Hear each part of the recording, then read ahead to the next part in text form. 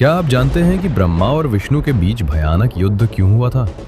उस युद्ध को शांत करने के लिए सृष्टि के आरंभ में कौन सी अनोखी शक्ति प्रकट हुई थी? शिव महापुराण का सबसे बड़ा रहस्य, जो किसी और ग्रंथ में नहीं है, ज्योतिर्लिंग की उत्पत्ति। आज हम जानेंगे कि परम ब्रह्म शिव का वास्तविक स्वरूप क्या है और क्यों आज भी हम निराकार शिवलिंग की पूजा करते हैं। अगर आप सोचते हैं कि शिव एक सामान्य देवता है, तो ये एपिसोड आपकी सोच बदल देगा। हम शुरू कर रहे हैं विद्याश्वर संहिता का गहन अध्ययन, वो ज्ञान जो मोक्ष का सीधा मार्ग है।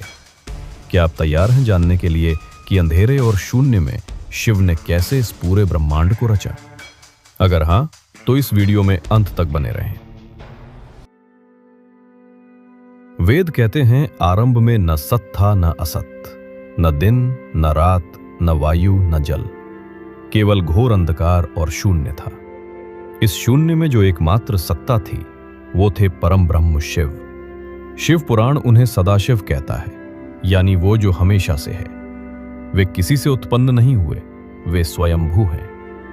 उनका कोई रूप, रंग या आकार नहीं है, वे निराकार हैं।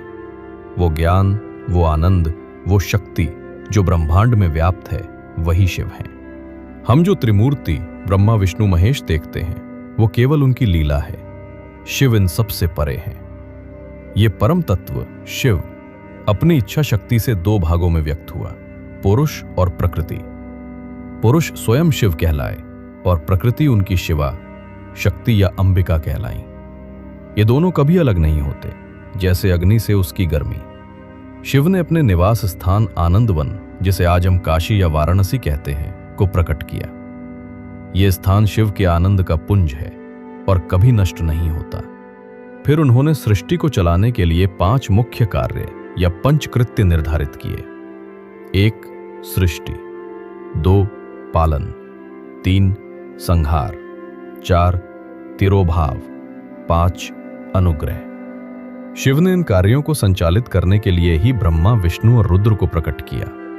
इस प्रकार ये तीनों देव शिव के गुणों से जन्मे, लेकिन वे स्वयं परम शिव नहीं हैं। अब आते हैं उस महान कथा पर जो शिव पुराण का मूल आधार है।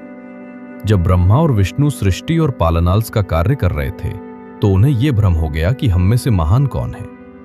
विष्णु बोले, मैं सबका पालक हूं, मैं श्रेष्ठ हूं। ब्रह्मा बोले, मैं सबका रचयिता हूं, मैं श्रेष्ठ हूं। उनका यह अहंकार इतना बढ़ा कि वे आपस में युद्ध करने लगे। जब सृष्टि विनाश की कगार पर पहुंच गई, तभी उनके बीच एक अद्भुत घटना हुई। एक अनंत अग्नि के समान तेजोमय स्तंभ प्रकट हुआ। इस स्तंभ का ताप इतना था कि दोनों देवों को अपना युद्ध रोकना पड़ा। यह स्तंभ कहीं भी समाप्त नहीं हो रहा था।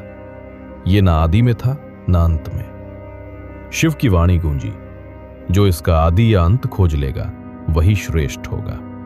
विष्णु ने वराह का रूप लिया और नीचे पाताल की ओर जड़ खोजने निकल पड़े। ब्रह्मा ने हंस का रूप लिया और ऊपर शिखर खोजने निकल पड़े। दोनों ने हजारों वर्ष तक यात्रा की, लेकिन वो स्तंभ अनंत बना रहा। दोनों थककर वापस लौटे और उन्होंने पहली बार अपनी सीमाओं को स्वीकार किया। तभी उस स्तंभ से साक्षात भगवान शिव प्रकट हुए। उन्होंने उन दोनों को बताया कि वे दोनों शिव की ही शक्तियां हैं और यह स्तंभ उनका ज्योतिर्लिंग स्वरूप है, जो उन्हें उनकी सीमाओं का ज्ञान देने के लिए प्रकट हुआ था। तो दोस्तों, शिव पुराण हमें सिखाता है कि हम शिवलिंग की पूजा क्यों करते हैं। यह शिवलिंग किसी मूर्ति या आकार का प्रतीक नहीं है। यह उस अनादि ज्योतिर्लिंग का प्रतीक है जो बताता है कि शिव न तो कहीं से शुरू होते हैं और न कहीं खत्म। यह अनंत काल और अनंत शक्ति का प्रतीक है। और इसी विद्येश्वर संहिता में ओंकार, ओम का भी गहन वर्णन है। ओम ही शिव का शब्द स्वरूप है। ओम की ध्वनि वही है जो अनादि ज्योतिर्लिंग से निकली थी। इसलिए शिव पुराण कहता है कि ओम का जाप ही साक्षात शिव की पूजा है। आज हमने शिव के परम तत्व, ज्योतिर्लिंग के रहस्य और ओमकार के महत्व को समझा। यही विद्याश्वर संहिता का सार है।